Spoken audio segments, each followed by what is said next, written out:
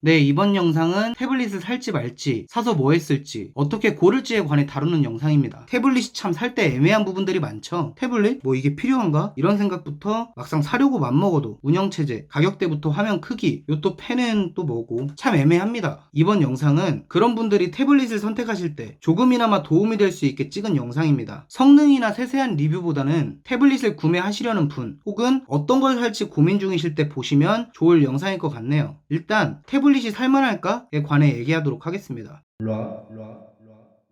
핸드폰이나 노트북, 요즘은 거의 필수품이니까 큰 고민을 안 하실 것 같은데 얘는 포지션이 조금 애매하죠. 그래서 더 고민이 되는 것 같네요. 실은 화면 큰 거 빼고는 핸드폰이랑 차이가 뭔가 싶기도 하고요. 태블릿은 첫 번째로 적당한 표현을 찾으면 엔터테이닝용, 그리고 두 번째로 어느 정도의 생산성이라고 간단히 말씀드릴 수 있겠네요. 제가 이렇게 뻔하고 재미없는 내용을 먼저 말씀드리는 이유는 만약 태블릿 처음 구매하시면 딱 이 정도만 고려하고 사시라는 말씀입니다. 일단 엔터테이닝, 예를 들어서 평소 유튜브나 넷플릭스를 즐겨 보시는 분, 혹은 핸드폰으로 웹툰이나 이북 등 책을 자주 읽는 분 중 핸드폰보다 좀 큰 화면으로 보고 싶다, 매번 노트북 키기는 귀찮다 하실 때 태블릿을 사시면 만족도가 크실 겁니다. 같은 맥락으로 모바일 게임도 더 큰 화면을 통해서 할 수 있다는 장점도 있죠. 두 번째, 어느 정도 생산성입니다. 태블릿으로 MS 오피스, 한콩 오피스 같은 문서 작업 당연히 가능합니다. 영상 편집, 사진 편집이나 간단한 일러스트 스케치 또한 가능하고요. 요즘은 좋은 앱도 많기 때문에 아웃풋도 나쁘지 않습니다. 만약 이런 마우스나 이런 펜, 또 뭐 이런 키보드 등이 있다면 더더욱 빠르고 다양한 작업이 가능합니다. 사용의 직관성이나 노트북과 비교해도 뛰어난 휴대성 등 태블릿만의 확실한 강점도 분명히 있고요. 저 같은 경우는 이 펜을 특히 많이 사용하는데 이 펜을 사용하면 컴퓨터와 다른 방향으로의 상당한 활용성을 느낄 수 있습니다. 태블릿과의 시너지가 어마어마해요. 하지만 꼭 알고 가셔야 할 점이 있습니다. 물론 사용하시는 분의 성향에 따라 조금 다르게 느껴질 수 있지만 데스크톱이나 노트북에 완벽한 대체제가 될 수 있다, 이렇게 말씀드리긴 힘듭니다. 이 화면이 이제 모바일에 비하면 크지만 데스크톱이나 노트북에 비교하면 솔직히 작습니다. 또한 기존 PC 환경의 전용 프로그램들도 솔직히 아쉬워요. 일정 수준 이상의 퀄리티를 요구하는 작업은 컴퓨터 프로그램을 완벽하게 따라가기 힘듭니다. 제가 PC에 익숙해서 그럴진 모르겠지만 작업 속도 면에서도 느리고요. 몇몇 부분에서 아쉬운 점이나 차이가 있기 때문에 제가 어느 정도의 생산성이라고 말씀을 드린 겁니다. 물론 태블릿을 이용해서 엄청나게 높은 생산성을 내시는 분들도 있습니다. 특히 사용 목적을 뚜렷하게 갖고 어느 정도 태블릿을 사용하신 분이나 몇몇 특정 작업들을 위해서 구매하신 분들은 정말로 그런 것 같고요. 고사양 데스크탑을 사놓고 웹서핑 용도로 활용하는 사람이 있는 것처럼 태블릿을 노트북 들고 다니는 것보다 효율적으로 쓰는 분도 당연히 계시겠죠. 어떤 기기든 일단 활용하는 사람이 제일 중요하니까요. 하지만 처음 사시는 분들은 콘텐츠 소모용, 휴대성이 아주 높은 서브 기기 정도를 기대하시는 게 좋아요. 오히려 너무 크게 기대하고 사셨다가 실망하시면 에이 이게 뭐야 하고 유튜브 기기로 전락할 수 있어요.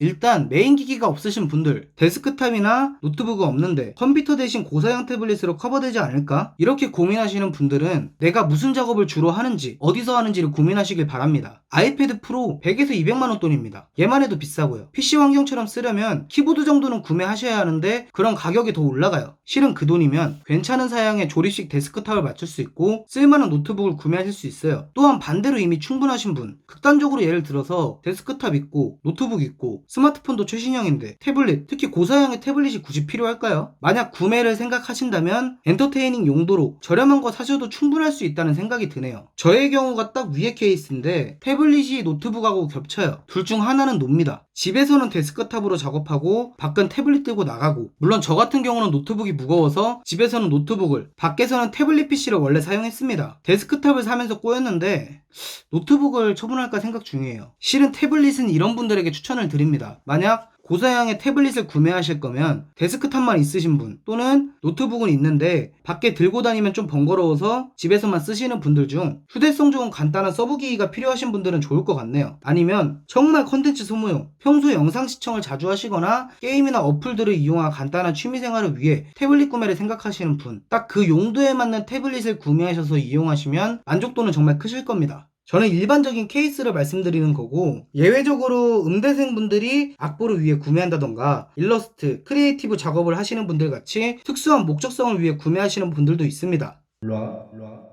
자, 그러면 태블릿을 사고 싶은데 뭘 사고 뭘 할지에 대해 얘기해 보도록 하죠. 이제 개인적으로 좀 나눠봤는데 엔터테이닝 용도로 쓰시는 분, 거기에 간단한 필기와 문서 작업을 같이 사용하는 라이트 유저, 서브 기기로서 특정 작업이나 생산성 앱을 전문적으로 사용하시는 분들로 나누면 적당할 것 같네요. 일단 위에서도 말씀드렸지만 가장 가볍게 또한 많은 분들이 엔터테이닝 용도로 이용을 하세요. 영화 보시고 뭐 드라마 보시고 유튜브 보시고 웹툰이나 간단한 이북 정도? 솔직히 이런 분들은 굳이 비싼 거 살 필요 없어요. 기능도 꼭 좋은 거 필요 없고요. 따라서 제 생각에 태블릿 선택의 범위가 가장 넓은 층인 것 같습니다. 일단 내가 집에서만 쓸 건지 밖에서 돌아다니면서 쓸 건지를 고민하시는 게 좋겠네요. 집에서만 쓰실 거면 와이파이 모델로 충분하지만 만약 밖에서도 쓰실 거면 통신사 약정을 고려해 보셔도 좋을 것 같아요. 특히 특정 무제한 요금제를 쓰시는 분들은 프로모션으로 태블릿 가격 할인이나 경우에 따라 기기값을 날림과 동시에 통신요금도 무료로 쓸 수 있는 경우가 있습니다. 비용적으로 부담이 확 줄죠. 저 같은 경우는 꾸준히 LTE 완전 무제한 요금제를 쓰는데 이거 전에 쓰던 태블릿이 기기가 없이 무료로 받고 썼어요. 물론 무료 기기니까 성능이 좋다고는 볼 수 없지만 동영상 시청용으로는 충분합니다. 내비로도 쓸 수 있었고요. 만약 와이파이로만 쓰시거나 약정 걸고 할부 걸고 이런 거 싫으신 분들은 고가 브랜드보다는 가성비 위주로 보시는 걸 추천합니다. 중국 브랜드의 태블릿, 아마존 태블릿, 레노바 태블릿 이런 것도 괜찮습니다. 쇼핑몰 검색해 보시면 저렴하게 구매 가능합니다. 알아보시고 이 중에서 골라서 써도 미디어 기기로 충분해요.